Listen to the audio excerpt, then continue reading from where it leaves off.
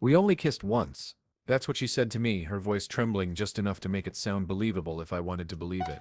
She sat across from me at the dining table, shoulders hunched, eyes watery, clutching her phone like it was a lifeline.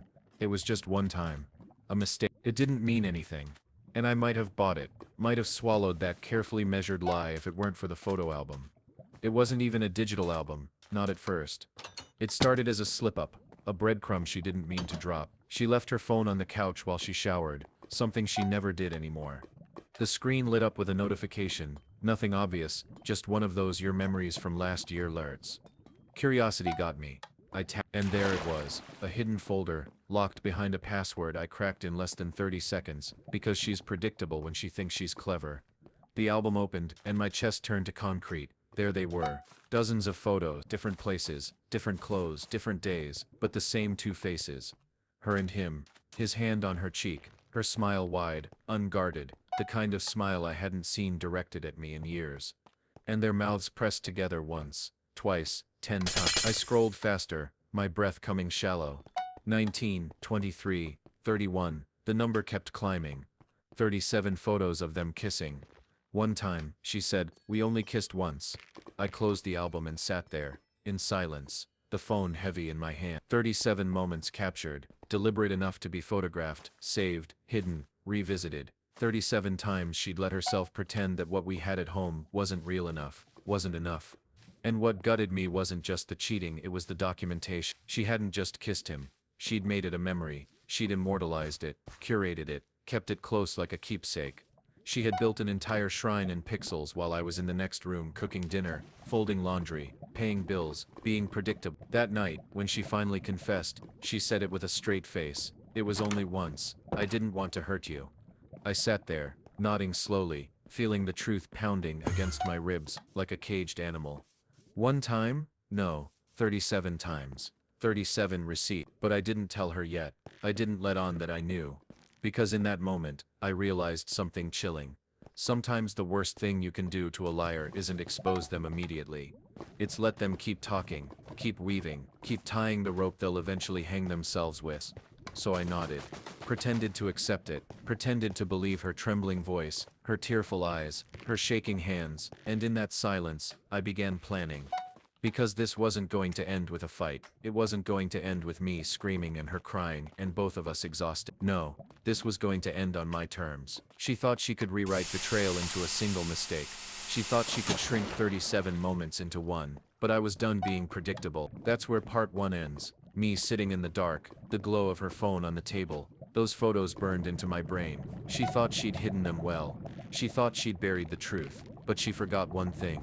The past doesn't stay buried, especially not when you photograph it 37 times. Part 2 began with patience. You don't uncover a photo album like that, 37 kisses spread across different days, different outfits, different lies, and just explode. That's what she expected me to do. She expected me to rage, to accuse, to demand explanation. She was ready with the script. It was just one mistake. I was vulnerable. It didn't mean anything. But she wasn't ready for silence. Silence unsettles liars more than shouting ever could. So I let her keep talking. Over the next week she confessed in fragments. The kind of staged honesty that drips out when someone thinks they're managing your reaction. It wasn't serious. I didn't even like him that way. It was just a kiss, maybe two. I nodded at all the right moments. Feigned hurt but hopeful acceptance. Let her believe I was swallowing her version whole. Meanwhile, every time she opened her mouth, I saw the album again. 37 times. Proof that she wasn't just lying, she was insulting my intelligence. I decided I wouldn't confront her with the photos directly. Not yet. Evidence isn't just for truth. It's for timing. Instead, I started laying subtle traps. Asking small questions. Seemingly casual. When was the last time you saw him? Did he ever come to that bar you liked? She'd flinch. Just slightly before answering. Lies have a rhythm. And once you know the beat, you can hear every missed step. One night, we were at a friend's birthday dinner. She was radiant, loud, laughing too hard at her own jokes, playing the role of the carefree partner. But I noticed how her smile faltered when someone mentioned the guy's name. Just for a second. Like a glitch in the system. No one else caught it, but I did. I leaned over, kissed her cheek, and whispered, "Relax. No one's judging you." She stiffened. That was the moment I knew she felt the walls closing in. The real turning point came 2 weeks later. She left her laptop open on the counter while she took a call in the other room. I wasn't snooping. It was right there. And curiosity is a funny thing. I clicked the Photos app again. And this time I noticed something I'd missed. Timestamps. Dates and times on every single photo. 37 moments spanning over 5 months. Not one mistake. Not a single lapse in judgment. A relationship. A pattern. A habit. That night when she came home late again, I was waiting. Calm. Silent. She kicked off her heels, dropped her bag and gave me that sweet, tired smile she thought could still distract me. Long day, she sighed, pouring herself a glass of wine. I let her sip it. And then I slid a single photo across the table. Not the worst one. Not even the clearest one. Just one. A kiss on the street. His hand on her waist. Her eyes closed. Timestamp glowing in the corner. Her face drained of color. The wine glass slipped in her hand, clinking against the table. She opened her mouth but nothing came out. One time, I asked softly. Or 37. She stammered, tears welling instantly. The performance of guilt turned up to 10. I didn't want you to know. It was stupid. I didn't mean for it to happen. I love you, I leaned back, let her words hang in the air and then pulled out my phone. Click, click, click. Each swipe revealed another photo, another timestamp, another kiss. I didn't speak. I didn't need to. The silence, the slow parade of evidence, did the talking for me. By the 10th photo she was sobbing. By the 20th she was begging. By the 30th she was silent too, staring at the table like the wood grain might save her. And me, I didn't raise my voice once. I just said you could have told me the truth. You could have trusted me enough to face it, but instead you chose to lie and call it love. Then I stood, clipped the dog's leash and walked out. Not forever. Not yet. But far enough for her to realize the ground beneath her wasn't solid anymore. Part 2 ends with her sitting alone in that kitchen, surrounded by empty wine bottles and the ghosts of her own lies, while I walked into the night air knowing the story wasn't over. Because Part 3 wasn't going to be about proof anymore. Part 3 was going to be about consequence. The kind you can't hide in a photo album. Part 3 wasn't about the photos anymore. Those 37 frozen moments had already done their damage.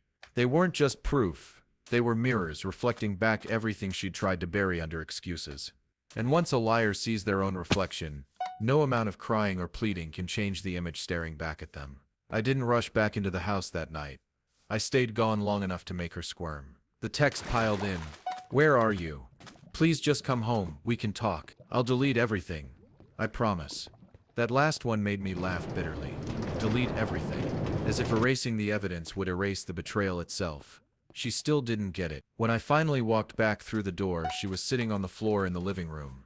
Photo albums, our real ones, spread out around her. Vacations, birthdays, weddings, anniversaries.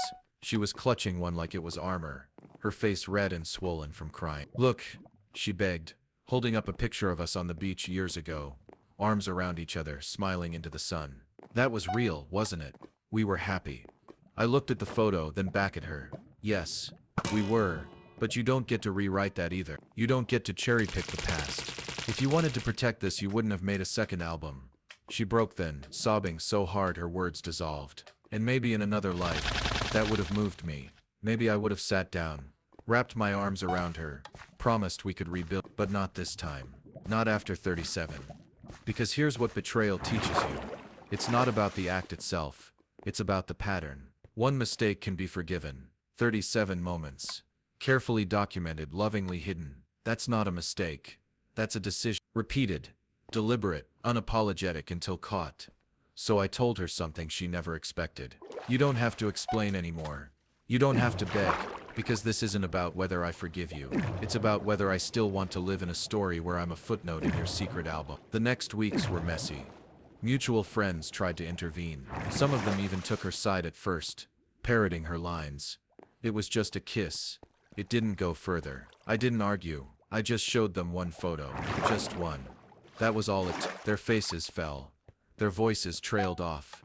And suddenly her version of events didn't sound so convincing anymore. As for her, she spiraled. The man in the photos, the one she'd built her hidden world around, wasn't interested in playing savior. He'd wanted the thrill, the secrecy, the excitement. But when the truth spilled out, he vanished, blocked her, cut ties, left her alone with nothing but her lies and a stack of memories that now looked like evidence. And me, I rebuilt, slowly, carefully, but with intention. I didn't want to erase the past. That's her game. I wanted to honor it by making sure the next chapter wasn't poisoned by the same rot. The dog became my shadow, my constant. The house felt lighter, cleaner, as if it had been holding its breath until she was gone. The last time I saw her, she wasn't the woman from the photos. She wasn't radiant, laughing, carefree. She was tired, hollow. She tried one final line, almost a whisper. We only kissed once. And I just shook my head. No, you kissed him 37 times. But you lied to me once, and that was enough. I walked away, leaving her in the ruins of her own album. And for the first time in a long time, I felt free. Not just free from her, but free from the need to prove anything to anyone, because the truth had always been there, in the photos, in the timestamps, in the spaces between her words. She thought she was documenting love. What she really documented was the slow unraveling of her own mask. And me, I didn't need the album anymore. I had something better, my own story, unhidden, unfiltered, unfolding without her in it. That was the real ending. Not a slammed door, not a screaming match, but a quiet liberation. 37 times she kissed him. 37 times she betrayed me. But it only took once for me to decide I deserved more. And that decision, that single final choice, was the only memory worth keeping.